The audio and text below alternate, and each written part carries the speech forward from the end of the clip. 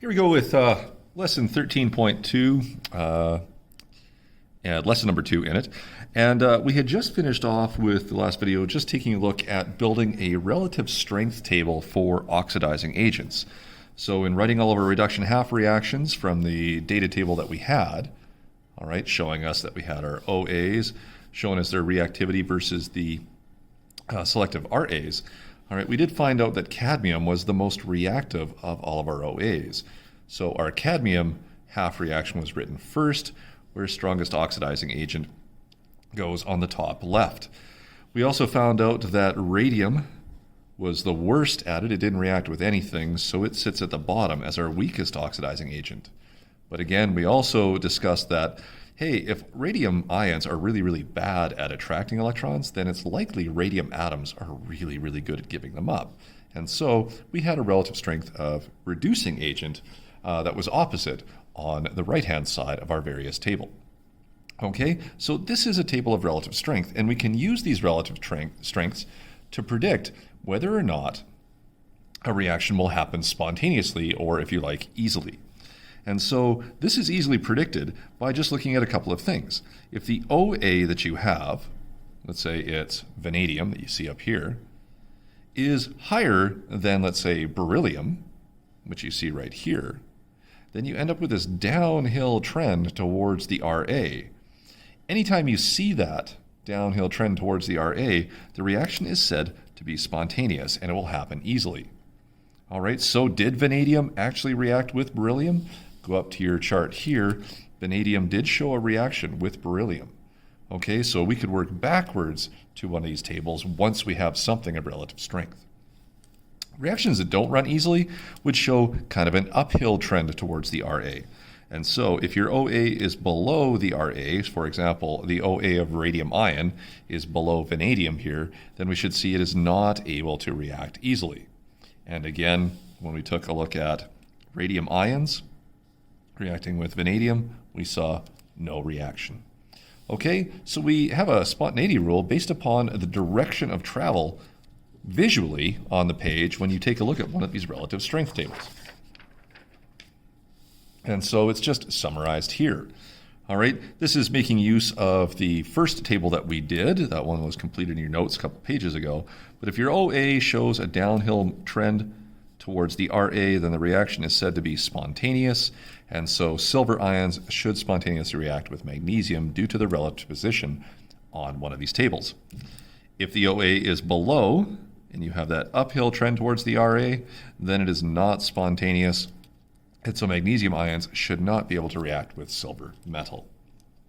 Okay, so that's just our simple spontaneity rule, and we would add that maybe in the margins here on our relative strength table, just as a nice little reminder. So in other words, we can interpret spontaneity and whether or not we'll get products in a different way. One, from just visually looking at the tables, and two, by looking at this uphill and downhill trend. Okay, so let's do a few more examples here. Here we have our, pardon me, our OAs and our RAs. We have to figure out where they are, first of all, so we know how to read the table, whether we're reading it as columns for strength of OA, or if we're reading it as rows for strength of RA. And so in this one here, as we take a look at it, I have positive ions and a nonmetal. Positive entities should be really good at attracting electrons, which OAs tend to do. And nonmetals, with their nearly complete valence and higher electronegativities, are also quite good at attracting electrons. So my OAs are along the top. Here are my RAs.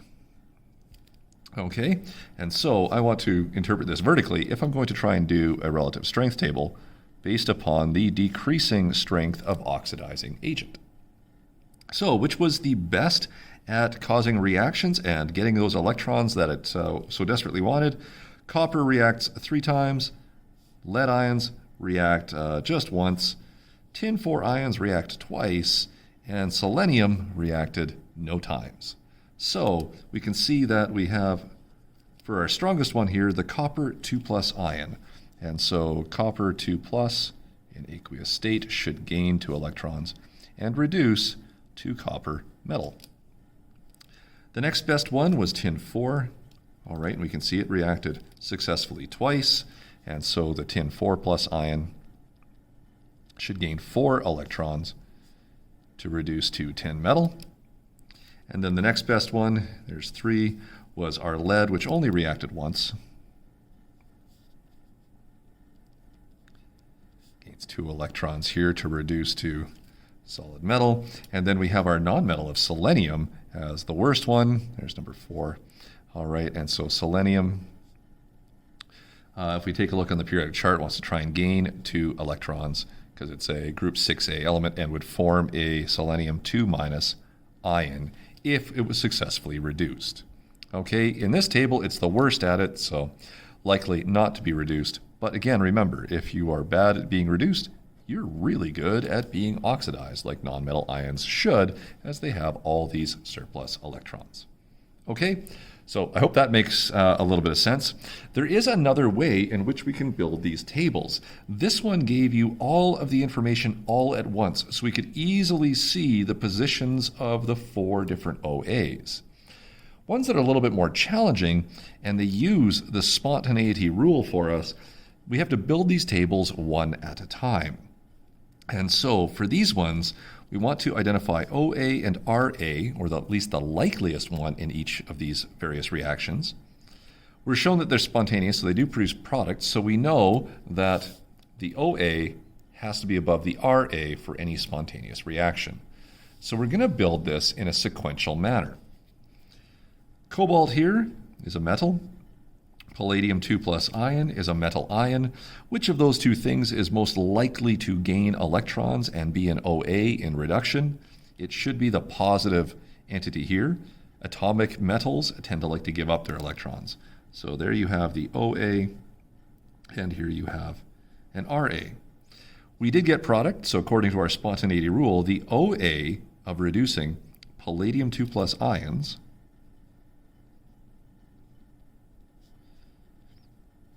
to solid palladium, okay, should be vertically above the cobalt. And so all I have is my cobalt here, and so you can kind of see that downhill trend between palladium and cobalt, which is what we expect between OA, we said it was palladium ion, and cobalt, the RA, for a spontaneous reaction. So I was able to put these two guys in order. You can see cobalt's a 2+ ion here, so 2 electrons, and cobalt 2+. Just sort of finish off its equation. Okay, and so we have that. I haven't listed strongest oxidizing and reducing agent yet because I still don't know which is which. I've only been able to state so far that palladium was a stronger OA than the RA of cobalt, so it would sit vertically higher than the cobalt reduction reaction. Now I have palladium being compared to platinum 2+ ions, and you can see that again a positive ion should do better than a metal atom at gaining electrons. So again the OA appears here, RA appears here, and so platinum, because it did produce products, its ion should be higher than palladium. Palladium's already in our table, so I just know that platinum has to be a little bit higher.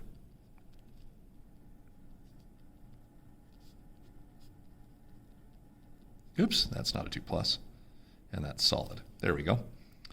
Okay, so I just used that spontaneity rule, but I already had a table established, so I just had to figure out, was platinum going to be below for non-spontaneous, or was it going to be above for a spontaneous reaction? Because again, going back to this picture, if OAs are higher than RAs, they do produce product. If OA is below RA, they do not. This reaction produced product, so I know that platinum had to be a stronger OA than the reducing agent of palladium, which was already in my table. So we get to do this one more time. I see that I have cobalt here as an OA. Magnesium appears to be an RA. Again, OAs would be the ones that look to be the better ones to attract electrons. A positive metal ion should be better than a metal atom at attracting electrons. And so, because we did produce product, I know this OA has to be above the RA of magnesium. Cobalt is already in our table as an OA. So I know it has to be above magnesium, which is the RA. So I know that magnesium goes down here. And now I've completed my table where platinum represents the strongest oxidizing agent and magnesium metal is the strongest reducing. So we were still able to get these tables, but where this one showed me all the reaction tests concurrently, allowed me to find the most reactive, this one I had to do it piece by piece, comparing new reactions to the table that I was building, adding essentially one reaction at a time each time I had it, and I had to use this idea of vertical position to help me do it. So a slightly different way of building this table of reactivity. Okay, I hope you see the difference as we go through that one. I do have one other version to show you because I didn't show you any with non-spontaneous reactions as well. All right, we can use non-spontaneous reactions in these types of questions in order to be able to complete the table as well. So here's another one, and again, we do have to come up with some idea of which is more likely to gain electrons. And here we have a metal atom, metals tend to lose. Metal ion, positive entities tend to gain. And so I have an OA here, an RA here with cadmium compared to hydrogen. You can see products are produced, so that gives us that downhill lie between OA and RA. So that means the OA of hydrogen, its half reaction. So we have 2H plus. That should gain 2 electrons to give me H2 gas. All right, it has to be vertically higher, since that was the OA, than cadmium as an RA. So I put cadmium below it, and I just sort of complete its half reaction. You can get an idea of the charge from the periodic table or from this completed reaction here. And so I know that hydrogen is better than cadmium. That's all I've learned so far. Next, I have hydrogen here, so I can compare it and mercury to wherever it might be in this particular table. H plus as a positive metal ion should be an OA here. Mercury as a metal atom should be an RA, something that wants to lose electrons. And so I see that this one is non-spontaneous. So this one being non-spontaneous has the OA below the RA. All right, remember that uphill lie for non-spontaneous reactions. So we already have our OA in this problem. That means I have to go upwards to the RA of mercury. And so that'll be liquid. We'll have to use our periodic table here to figure out which is the most likely version of mercury that we have. All right, and if we find mercury on our periodic table, the one listed first on these tables is the most common of the ionic charges, or at least the one that's bolded. And so I see that the 2 plus is most common here.